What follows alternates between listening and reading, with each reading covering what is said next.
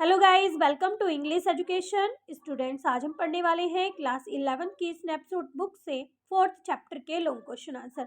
Chapter का नाम है अल्बर्ट आइंस्टाइन एट स्कूल और हमने चैप्टर की समरी को रीड कर लिया है। हमने शॉर्ट क्वेश्चन आंसर भी कंप्लीट कर लिए हैं। अगर आपने वो वीडियोस नहीं देखी है तो डिस्क्रिप्शन बॉक्स में आपको लिंक मिल जाएगा, वहाँ से आप अपने कॉन्सेप्ट को क्लियर कर सकती हैं। तो देखिए, लॉन्ग क्वेश्चन है हमारा। फर्स्ट क्वेश्चन है, what do you understand of Einstein's nature from his conversation with his history teacher, his mathematics teacher and the head teacher?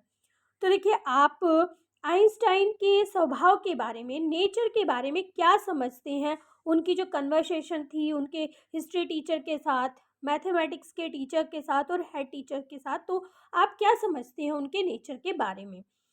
तो देखिए, एज अ स्टूडेंट इन मुनिक Einstein was different from the other boy of his age. तो देखिए, जब वो मुनिक में एक स्टूडेंट थे, वहाँ पर पढ़ते थे, तो वो दूसरे लड़कों से, उनकी एज के दूसरे लड़कों से बिल्कुल अलग थे। He was unable to cope, cope means होता है सामना करना, with conventional system of education with late emphasis on learning by rote. तो रोट मीन्स क्या होता है? रोट मीन्स होता है रटना।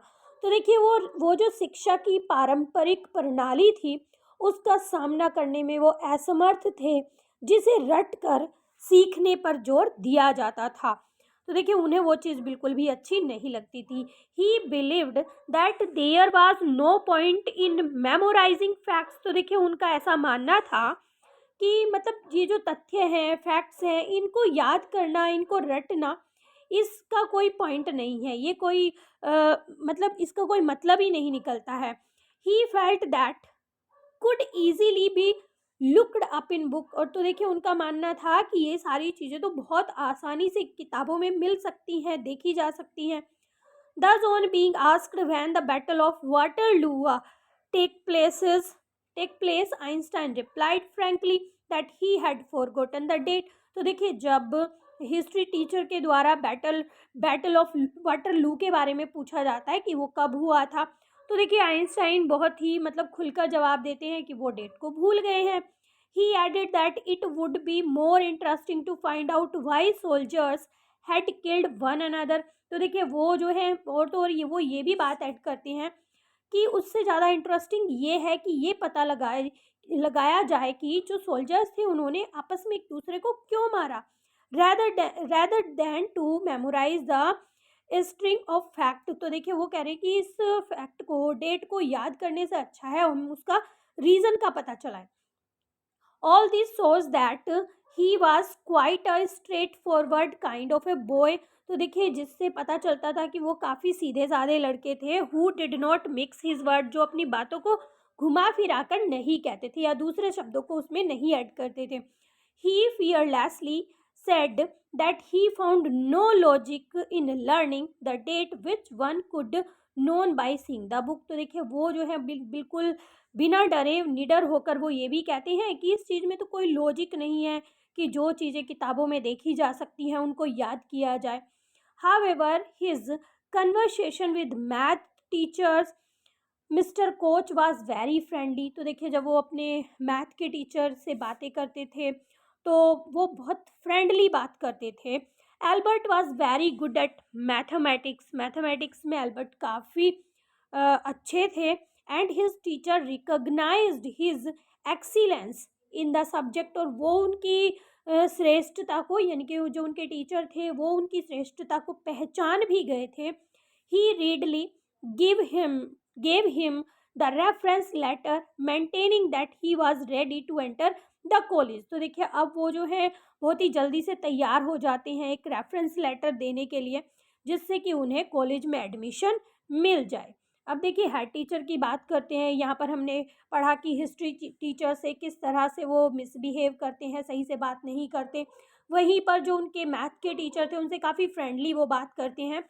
हेड टीचर के बारे में जानते हैं।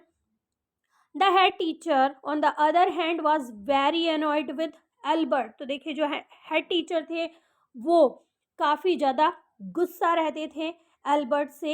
He was fed up. फेडअप का मतलब होता है तंग हो जाना। With the regular complaint against him. तो देखिए, उनके अगेंस्ट लगातार शिकायतें आती रहती थी, इससे वो काफ़ी तंग हो गए थे।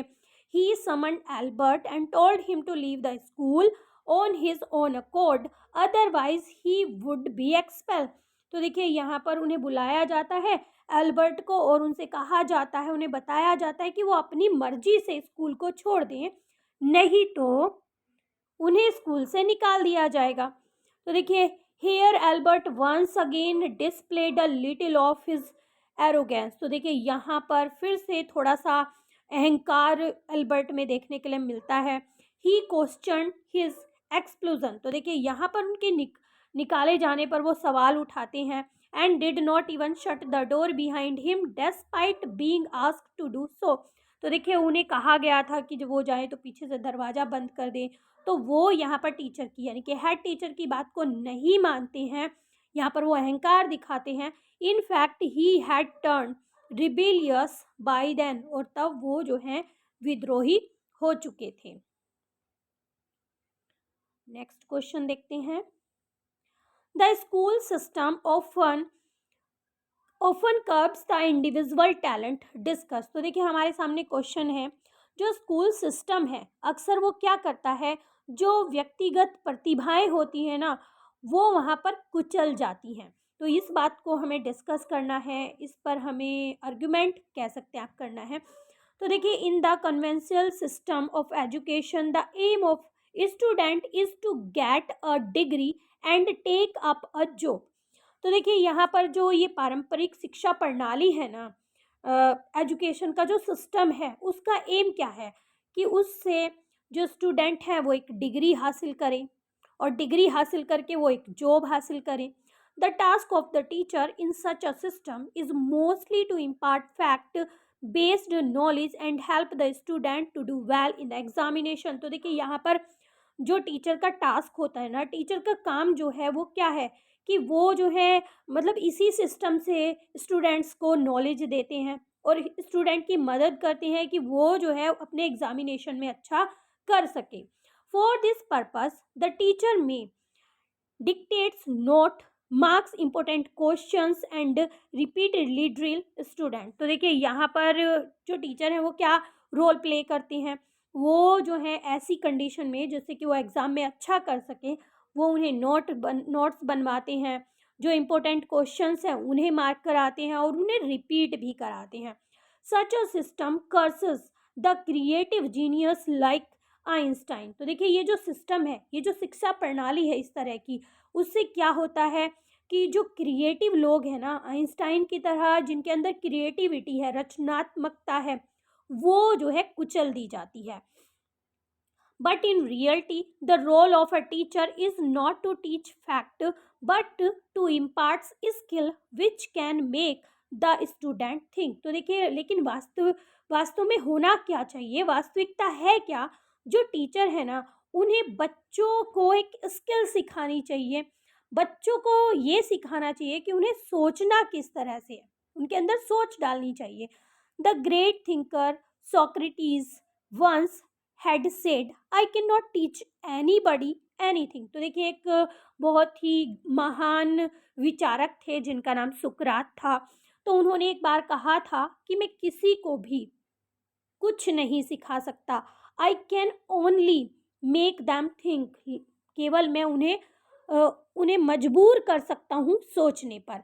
It would not be an exaggeration, exaggeration means होता है अतिशयोक्ति, to say that the teacher show the student how to think and not what to think. तो देखिए इसमें कोई अतिशयोक्ति नहीं होगी अगर ऐसा कहा जाए कि जो टीचर होते हैं ना वो स्टूडेंट को ये सिखाते कि कैसे सोचना है, वो ये नहीं सिखाते कि क्या सोचना है। The true teacher encourage the individual to be inquisitive and to analyze the various fact that implication of an issue। तो देखिए यहाँ पर जो एक टीचर होता है ना, सच्चा जो अध्यापक होता है, वो किसी भी मतलब इंडिविजुअल किसी को व्यक्तिगत रूप से एनकरेज करता है कि वो जो है चीज़ों को सोचे, उन्हें एनालाइज करे और फिर उन्हें इम्प्लीकेशन करे। The aim of the education therefore is to produce learning individuals, not necessarily learned once in an environment of freedom and creativity। तो देखिए, इसलिए शिक्षा का उद्देश्य रचनात्मकता के वातावरण में सीखने वाले व्यक्तियों का उत्पादन करना है। ठीक है, otherwise the very purpose of education would be lost. नहीं तो क्या होगा, शिक्षा का जो उद्देश्य है वो ही खो जाएगा। We would be reminded of Mark Twain who marked. तो देखिए, यहाँ पर हमें मार्क ट्वेन की फिर बात याद आएंगी, जिन्होंने क्या रिमार्क किया था, क्या उल्लेख किया था। I have never let my schooling get in the way of my education. उन्होंने कहा था, मैंने कभी भी अपनी स्कूली शिक्षा को अपनी शिक्षा के आड़े नहीं आने दिया था। तो देखिए, ये फिर याद आएगा सबको। आगे पढ़ते हैं। What made Einstein unhappy eight school. तो देखिए, ऐसी क्या चीज़ें थी जिससे कि जो आइंस्टाइन थे वो ना खुश रहते थे स्कूल में। Albert Einstein at school is an interesting narration taken from Patrick Pringle's book the young Einstein. तो देखिए, यहाँ पर बताया गया है कि जो नरेटर है उन्होंने पैट्रिक प्रिंजर नाम की बुक है उससे ये एक एक्सट्रैक्ट लिया है। तो देखिए, यहाँ पर बताया गया है, it describe in a moving way Einstein suffering at a school. तो देखिए, वो यहाँ पर बताते हैं कि किस तरह से आइंस्टाइन जो है काफ़ी सफ़र कर रहे थे स्कूल में। We often think that great and famous people must have been born genius and well behaved student with throughout excellent performance in academics। तो देखिए, यहाँ पर अक्सर हम क्या सोचते हैं, that great and famous people must have, कि जो ग्रेट महान लोग हैं, बहुत ही प्रसिद्ध लोग हैं, और वो उनका जन्म ही ऐसे हुआ था कि वो जीनियस थे जब उनका जन्म हुआ, या वो एक वेल बिहेव्ड स्टूडेंट थे। जब भी उन्होंने अपनी स्कूल की परफॉर्मेंस की, वो एकेडमी में रहे तो वो काफ़ी वेल बिहेव्ड थे, वो जीनियस ही पैदा हुए थे, ऐसा नहीं है। But this easy throws light on how Einstein, लेकिन हम ये सारी चीज़ें जानेंगे कि आइंस्टाइन कैसे थे। The father of the modern physics, जिन्हें father of the modern physics कहा गया है, was ridiculed by teachers and expelled from school for daring to be different। तो देखिए, यहाँ पर जो टीचर्स थे उनका उपहास करते थे, उनकी मजाक उड़ाते थे कि वो जो है नॉटी हैं, बहुत ज़्यादा शरारती हैं, और उन्हें जो है वो अलग थे, ये हिम्मत दिखाने के लिए उन्हें स्कूल से भी निकाल दिया गया था। Einstein studied at school in Munich and was quite misfit at school. तो देखिए, जहाँ पर वो पढ़ा करते थे, मुनिक में वो पढ़ा करते थे कि स्कूल में, तो वहाँ पर वो बिल्कुल भी फिट नहीं हो पाए थे उस स्कूल में।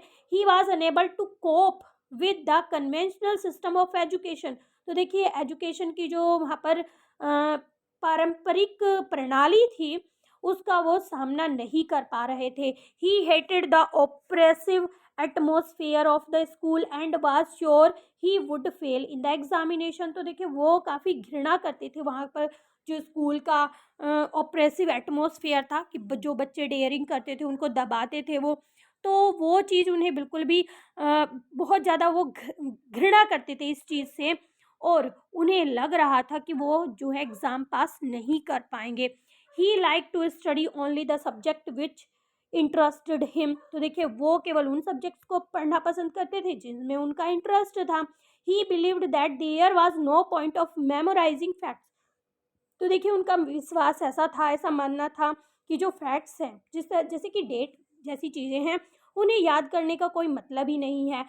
दस on being asked when the battle of Waterloo took place, जब उनसे पूछा गया कि बैटल ऑफ वाटरलू कब हुआ था, Einstein frankly replied that he had forgotten the date. तो देखिए, आइंस्टाइन जो है बिल्कुल खुलकर साफ साफ शब्दों में कहते हैं कि वो तो डेट को भूल गए हैं। Moreover, he added, he did not see any point in learning date as they could easily be looked up in the book। तो देखिए, और वो ये भी कहते हैं कि इन डेट्स को याद करने का कोई मतलब नहीं है, क्योंकि इन्हें तो आसानी से किताबों में देखा जा सकता है। Einstein's honesty was mistaken for arrogance. तो देखिए, आइंस्टाइन की जो ईमानदारी थी ना, उसे अहंकार मान लिया जाता था। He was punished and told that he was disgrace to the school. तो देखिए उन्हें हमेशा पनिश किया जाता था और उन्हें असम्मानजनक माना जाता था स्कूल के लिए। Einstein thus felt miserable at school and long to escape. तो यही कारण था कि आइंस्टाइन जो है वहाँ पर बहुत दयनीय कंडीशन में थे और वो हमेशा बचने की चाहत करते थे। What role did Yuri and Elsa play in the life of Albert Einstein. तो देखिए एल्बर्ट आइंस्टाइन के जीवन में यूरी और एल्सा किस तरह से अपनी भूमिका निभाते हैं। Albert Einstein was leading a very miserable life in Munich. तो देखिए एल्बर्ट आइंस्टाइन काफ़ी बुरा जीवन व्यतीत कर रहे थे म्यूनिक में जब वो वहाँ पर पढ़ रहे थे। As he use to go to school where he did not enjoy the studies. तो देखिए जब वो स्कूल जाते थे तो वहाँ पर वो उन्हें बिल्कुल भी अच्छा नहीं लगता था पढ़ने में। He had tough time with his history teacher because he could not कर द फैक्ट्स। तो देखिए वो जो हिस्ट्री टीचर थे उनके साथ तो उन्हें बिल्कुल भी अच्छा नहीं लगता था क्योंकि उन्हें चीज़ों को याद करना बिल्कुल पसंद नहीं था। He his rented accommodation was also pathetic. तो देखिए जहाँ पर वो रेंट पर किराए पर रहते थे वहाँ की कंडीशन भी बहुत ही ख़राब थी, बहुत दयनीय थी। The land lady always shouted at her children. तो देखिए जो मकान मालकिन थी वो हमेशा अपने बच्चों पर चिल्लाती थी and used to beat him too often, और अक्सर उन्हें मारती भी थी। There was always an atmosphere of chaos and confusion. तो देखिए वहाँ पर हमेशा अफरा तफरी का माहौल बना रहता था घर के अंदर। Then the only relief for Albert was Yuri's friendship. तो देखिए एल्बर्ट को केवल यूरी की फ्रेंडशिप से ही थोड़ा आराम मिलता था, थोड़ा चैन मिलता था। Yuri was a great friend and he understood Albert very well and knew that Albert would not be able to cope up for long. तो देखिए वो जो है यूरी उनका बहुत ही अच्छा दोस्त था और वो एल्बर्ट को अच्छे से समझता भी था और वो जानता था कि यूरी जो है इन सब चीज़ों को बिल्कुल भी बर्दाश्त नहीं कर पा रहा है। Albert requested Yuri to help him get a certificate. तो देखिए यहाँ पर जो एल्बर्ट थे वो यूरी से रिक्वेस्ट भी करते हैं कि उन्हें जो है एक सर्टिफिकेट मिल जाए for nervous breakdown so that he could get rid of school, कि उन्हें नर्वस ब्रेकडाउन का एक सर्टिफिकेट मिल जाए डॉक्टर से जिससे कि वो स्कूल से छुटकारा पा सके। Yuri found a doctor named Ernest Weil who was ready to issue him a medical that he was having a nervous breakdown. तो देखिए यूरी को एक डॉक्टर मिल भी जाता है, वो एक डॉक्टर को खोज लेते हैं जिसका नाम होता है अर्नेस्ट वेल, और वो जो है उनके लिए एक मेडिकल सर्टिफिकेट बनवाता है उनके नर्वस ब्रेकडाउन का। Yuri even suggested Albert to obtain a reference letter for mister Koch his maths teacher so that he could get his admission in the college. तो देखिए यूरी जो है वहाँ पर एल्बर्ट को ये भी सुझाव देते हैं कि वो अपना रेफरेंस लेटर ज़रूर ले लें अपने मैथ के टीचर मिस्टर कोच से, और जिससे उन्हें एडमिशन मिल सकता था एक कॉलेज में। Even everything else was painful for Albert in Munich. तो देखिए जहाँ पर हर एक चीज़ काफ़ी पेनफुल थी एल्बर्ट के लिए म्यूनिक में, Yuri's friendship was the only solace for him. तो देखिए वहाँ पर जो यूरी की फ्रेंडशिप थी वो केवल उनके लिए एक ही सहारा थी। Elsa was Albert's cousin. तो देखिए एल्सा जो है एल्बर्ट की कजिन थी, चचेरी बहन थी। हु लिव्ड इन बर्लिन, जो बर्लिन में रहती थी। He also understood Albert's problem and was sympathetic towards him. तो देखिए यहाँ पर जो एल्सा थी वो भी एल्बर्ट की प्रॉब्लम को बहुत अच्छे से समझती थी और उसके प्रति सहानुभूति भी रखती थी। She encourage Albert pass the diploma somehow that he could get some better opportunity later. तो देखिए वो जो है हमेशा एल्बर्ट को एनकरेज करती थी, उत्साहित करती थी कि उसे किसी तरह भी डिप्लोमा मिल जाए जिससे कि उसे आगे कुछ अच्छा करने का मौका मिल सके। तो देखिए यहीं पर आपके सभी क्वेश्चंस होते हैं कंप्लीट। आई होप सभी आपको अच्छे से समझ में आ गए होंगे। अगर वीडियो आपको अच्छी लगी है तो एक लाइक ज़रूर करें। चैनल पर अगर आप पहली बार आए हैं तो चैनल को सब्सक्राइब कर सकते हैं। तो मिलते हैं अपने नेक्स्ट टॉपिक में, तब तक के लिए bye bye and take care.